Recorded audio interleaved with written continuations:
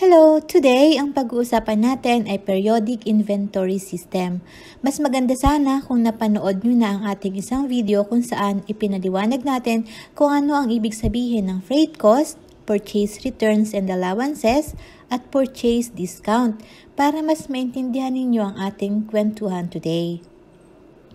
Ako si Maribel ng Maribel Loves Accounting Facebook page at simulan na natin ang ating kwentuhan. Ang ating reference today ay ang book ng Wiley, Financial Accounting IFRS edition. So, third edition siya. At ang authors ay sina Weygand, Kimmel, at Keso. May dalawang paraan ng pag-account ng inventory. Ito ay ang perpetual inventory system at periodic inventory system. Kahit anong system ang ginamit mo, pareho lang ang lalabas na cost of goods sold at pareho rin ang iyong ending inventory na lalabas sa iyong balance sheet. Ang kaibahan lang nila ay ang mga accounts na ginagamit sa pagre-record ng mga transactions related sa flow ng inventory at syempre ang timing ng pagre-record ng cost of goods sold. Ito ang graphical representation ng dalawang system. Sa perpetual inventory system, every time na magkakaroon ka ng sales, magre-record ka rin ng cost of goods sold. Ibig sabihin, updated ang iyong inventory account sa lahat ng oras at ganun din ang iyong cost of goods sold account. Samantalang sa periodic inventory system, sales lang ang inire-record mo. Hindi mo ina-update ang iyong inventory account at hindi ka rin nagre-record ng cost of goods sold. Kasama sa closing entries ang pag-update cost of goods sold at the same time, ina-update mo ang iyong inventory account. So, paano ba kino-compute ang cost of goods sold under ng periodic inventory system? So, ito yung pag-compute niya ng cost of goods sold under ng periodic inventory system. So, yung beginning mo ng January, ilalagay mo dyan. Tapos, mag-a-add ka ng purchases for the period. Ito na yung purchases mo for the period. So, dito, i-minus mo yung iyong purchase returns and allowances, i-minus mo yung purchase discount, at i-plus mo yung freight in, diba? So, makikita mo na dito yung cost of goods purchased. Okay? Tapos, ipa-plus mo silang dalawa, ito at ito, lalabas na yung cost of goods available for sale mo. Tapos, ito, nag-physical count ka, ito yung goods on hand. So, ima-minus mo lang kung magkano yung nasa iyong on hand. So, lalabas na yung cost of goods sold. Periodic inventory system, the company record revenues from the sale but do not attempt to record the cost of merchandise sold. Kasi at the end of the period lang siya nagre-recognize or nagko-compute ng cost of goods sold. Pag bumili ka ng merchandise, gumagamit tayo ng purchases account. I-debit natin ang purchases account. Ang purchases account ay is a temporary account. So, ibig sabihin nasa income statement lang siya. Hindi siya lalabas sa balance sheet. Okay? Which is normal balance niya ay debit. So, debit, purchases, pag bumili ka, at ang purchases account, gagamitin mo lang yan for inventory, baka naman bumili ka ng sasakyan tapos nag-debit ka ng tawag dito purchases. Hindi. Ang purchases, gagamitin mo lang yan sa mga binenta mo na inventory. Unless kung ang iyong type ng business ay nagbebenta ka ng cars. So, yung mga cars na pambenta mo, inventory yun. Tapos, credit accounts payable or cash kung nagbayad ka ng cash. Ang sunod ay freight cost. Paano natin nire-record ang freight cost? Sa periodic naman, gagamit tayo ng freight in or transportation in count. So, wag kayong malito. Ito freight in, papasok, di ba? Yung freight out, palabas. Ibig sabihin, equals sale. Ikaw ang nagbenta. So, itong freight out, yan ay transportation cost na part ng operating or selling expense. Ganda ng sulat ko, no? Sorry. So, sabi dito, like purchases daw, yung freight in ay a temporary account din. At ang normal balance niya ay debit ang normal balance niya. At ang freight in ay part ng cost of goods purchase. So, nakita natin dito kanina, yung freight in, kasama siya sa pag-compute ng cost of goods purchased. Nandun siya. Purchase returns and allowances. Sa periodic inventory system, gagamit tayo ng purchase returns and allowances account. Siya ay isang account. Okay? It's temporary account din siya. Ibig sabihin, hindi siya lalabas sa balance sheet. Nasa income statement lang siya. At ang normal balance niya ay credit. Bakit credit? Kasi ang purchase return allowances ay contra account siya ng purchases. So, kung ang purchases, ang normal balance niya ay debit, kaya ang purchase return ay credit. Kung nangutang ka ng iyong purchases, so, siyempre, babawasan yung utang mo. Kasi nagsoli ka. Di debit, accounts payable, credit, purchase returns, and allowances. Kung namang bumili ka by cash, siyempre, babalik sa'yo cash din. Debit, cash, kasi nakatanggap ka ng cash, at credit, purchase returns, and allowances. Ganon din sa purchase discount. So, yung purchase discount ay isa ring temporary account. Ibig sabihin, nasa income statement lang siya at ang normal balance niya ay credit. Siya ay credit dahil siya isang contra account. So, ano ang normal na entry? Debit, accounts payable. Nabawasan yung accounts payable mo kasi binigyan ka ng purchase discount. Kasi yung purchase discount, ma-avail mo lang yan upon early payment during discount period. So, paano naman yung pag-record ng sales? So, ganun lang din sa katulad nun sa perpetual. I-record mo yung sales, pwede ka magkaroon ng debit accounts receivable kung nagpautang ka, or cash naman kung binayaran ka ng cash, tapos sales revenue. Hindi service ang provide natin. Merchandise. So, sales revenue ang tamang account. Pag naka-receive ka ng returns, ikaw ang naka-receive. So, mababawasan yung accounts receivable mo.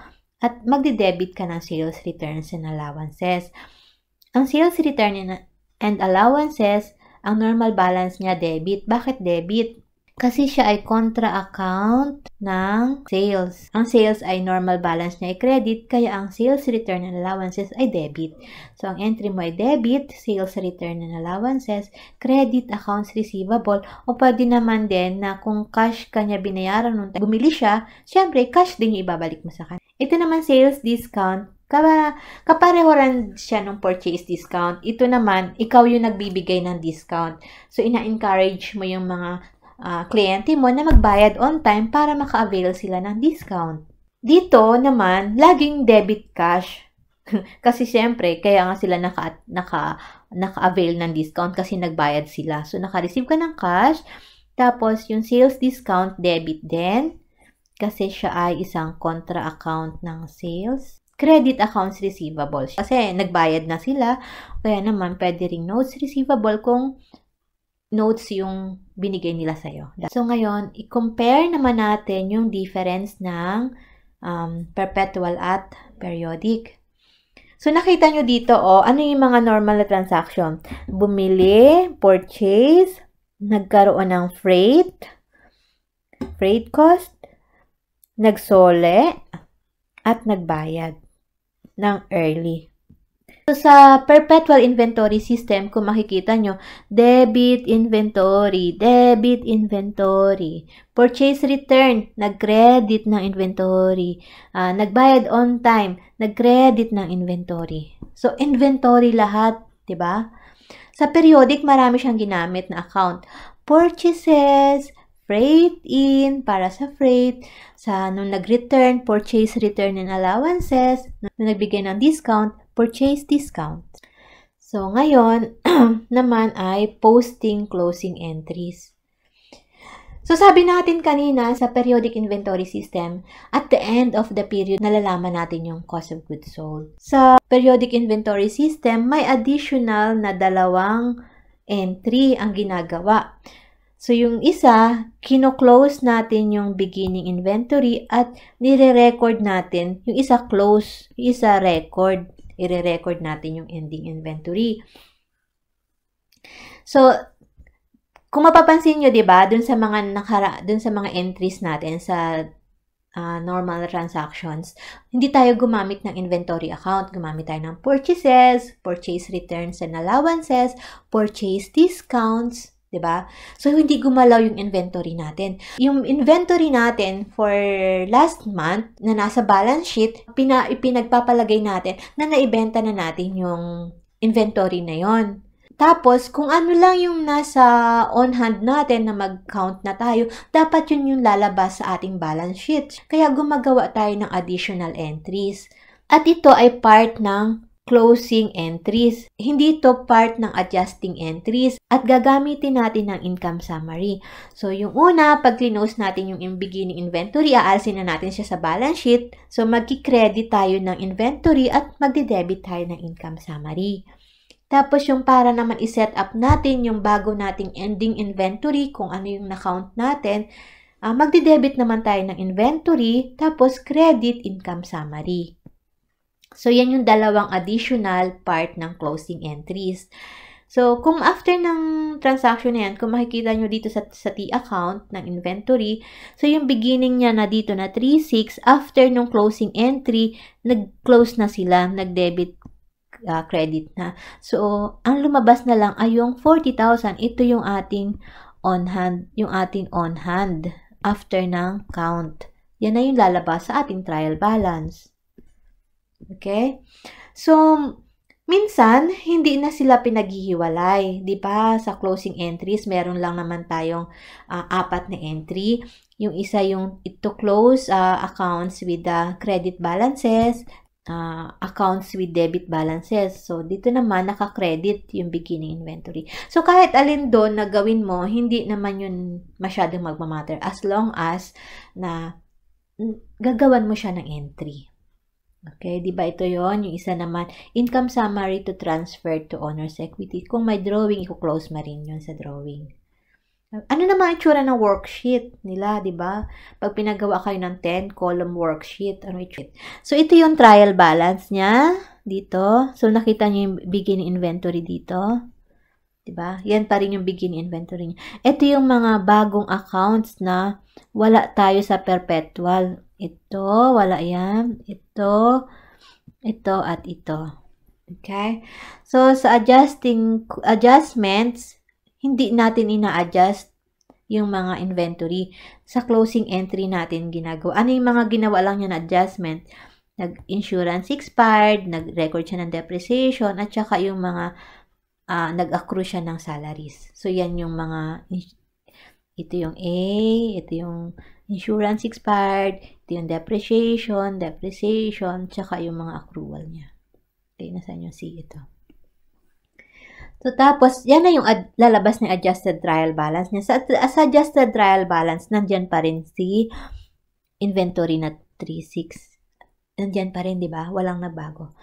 Tapos, sa income statement, dito sa income statement na column, yung inventory mo, ilalagay mo dito sa debit side. Naka-debit pa rin siya. Tapos, yung ending mo, credit.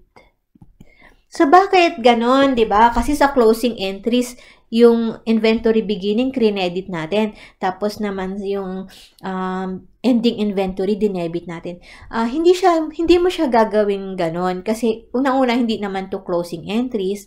At saka, para ma-compute mo properly ang iyong cost, ang iyong totoong net income under ng ganitong format sa worksheet. Kasi 'di ba dun sa format natin ng pag-compute ng cost of goods sold, yung beginning inventory natin, beginning plus yung purchases, ito beginning plus purchases, ito plus freight in, kita mo, naka-debit silang lahat, 'di ba? Minus purchase return and allowances, minus purchase discount, minus ending inventory, yun na yung cost of goods sold mo. Diba?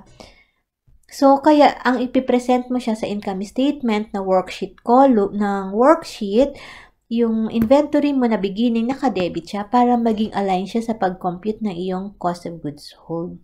Okay? Pero sa balance sheet column, syempre, ang ilalagay mo na dito ay yung ending mo totoo. Magkano ba talaga yung ending mo? Yun na talagang ilalagay mo doon. Okay? Tapos itong net income na nakuha mo dito, pag sa balance sheet, Siyempre, credit kasi net income. Addition siya sa owner. Okay? So, ito na yung nagtataka kayo, bakit debit, credit, di ba? Beginning inventory, yan yung purchases mo, yan yung freight in, yan yung mga naka-debits doon. Yung naka-credit naman ay yung ending inventory, yung purchase return mo, tsaka purchase discount. Total credits, 57.2. So, meron kang cost of goods sold na 316,000. Sa balance sheet column naman, kung ano talaga yung ending inventory mo, yun yung ilalagay mo sa row ng inventory. Sana may natutunan kayo sa ating kwentuhan today. Kung may tanong kayo, pwede nyo akong i-message sa ating Facebook page, Maribel Loves Accounting Facebook page. O kaya naman kung may mga questions kayo or problems na hindi nyo masyadong maintindihan at gusto nyo ng kaunting liwanag, pwede nyo i-post sa aking Facebook page at try nating sagutan. Okay? Good luck sa inyo! Bye! Hanggang sa muli!